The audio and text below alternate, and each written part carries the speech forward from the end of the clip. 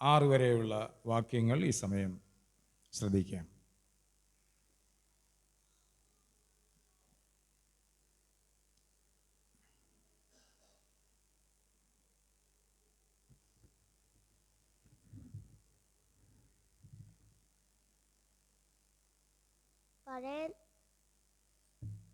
പഴയ നിയമഭാഗം സദൃശ്യവാക്യങ്ങൾ 3-ാം അധ്യായം 1 മുതൽ 6 വരെയുള്ള വാക്യങ്ങൾ. മകനെ, എൻ്റെ ഉപദേശം മറക്കരുത്. നിന്റെ ഹൃദയം എൻ്റെ കൽപ്പനകളെ കാത്തുകൊള്ളട്ടെ. അവ ദീർഘായുസ്സും ജീവകാലവും സമാധാനവും നിനക്ക് വർദ്ധിപ്പിച്ചു തരും. ദയയും വിശ്വസ്തതയും നിന്നെ വിട്ടുപോകരുത്. അവയെ നിന്റെ കഴുത്തിൽ കെട്ടിക്കൊള്ളുക, നിന്റെ ഹൃദയത്തിൻ്റെ പലകയിൽ എഴുതിക്കൊള്ളുക.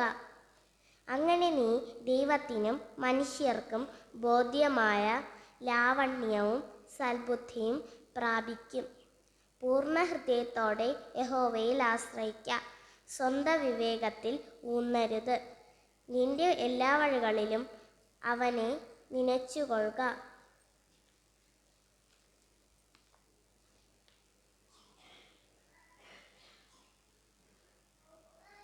തുടർന്ന് എഫേസ്യ ലേഖനം 6-ാം അധ്യായം 1 മുതൽ 4 വരെയും 10 മുതൽ 17 വരെയുള്ള വാക്യങ്ങൾ. എഫേസ്യ ലേഖനം 6-ാം അധ്യായം 1 മുതൽ 4 വരെയും 10 മുതൽ 17 വരെയുള്ള വാക്യങ്ങൾ. എഫേസ്യർക്ക് എഴുതിയ ലേഖനം 6-ാം അധ്യായം 1 മുതൽ 4 വരെയും 10 മുതൽ 17 വരെയുമുള്ള വാക്യങ്ങൾ. മക്കളെ, നിങ്ങളുടെ അമ്മയപ്പന്മാരെ കർത്താവിൽ അനുസരിപ്പിൻ. അതു ന്യായമല്ലോ. നിനക്ക് നന്മ ഉണ്ടാകുവാനും നീ ഭൂമിയിൽ ദീർഘായുസ്സോടെ ഇരിപ്പാനും നിന്റെ അപ്പനെയും അമ്മയും ബഹുമാനിക്കുക എന്നത് വാഗ്ദത്തം കൂടിയ ആദ്യ കൽപ്പനയാകുന്നു. പിതാക്കന്മാരെ, നിങ്ങളുടെ മക്കളെ കോപിപ്പിക്കാതെ കർത്താവിൻ്റെ ബാലശിക്ഷയിലും പഥ്യോപദേശത്തിലും പോറ്റി വളർത്തുവിൻ. ഒടുവിൽ കർത്താവിലും അവൻ്റെ അമിതബലത്തിലും ശക്തിപ്പെടുവിൻ. പിശാചിൻ്റെ തന്ത്രങ്ങളോട് എതിർത്ത് നിൽപ്പാൻ കഴിയേണ്ടതിന് ദൈവത്തിൻ്റെ സർവായുധവർഗം ധരിച്ചുകൊള്ളുവിൻ.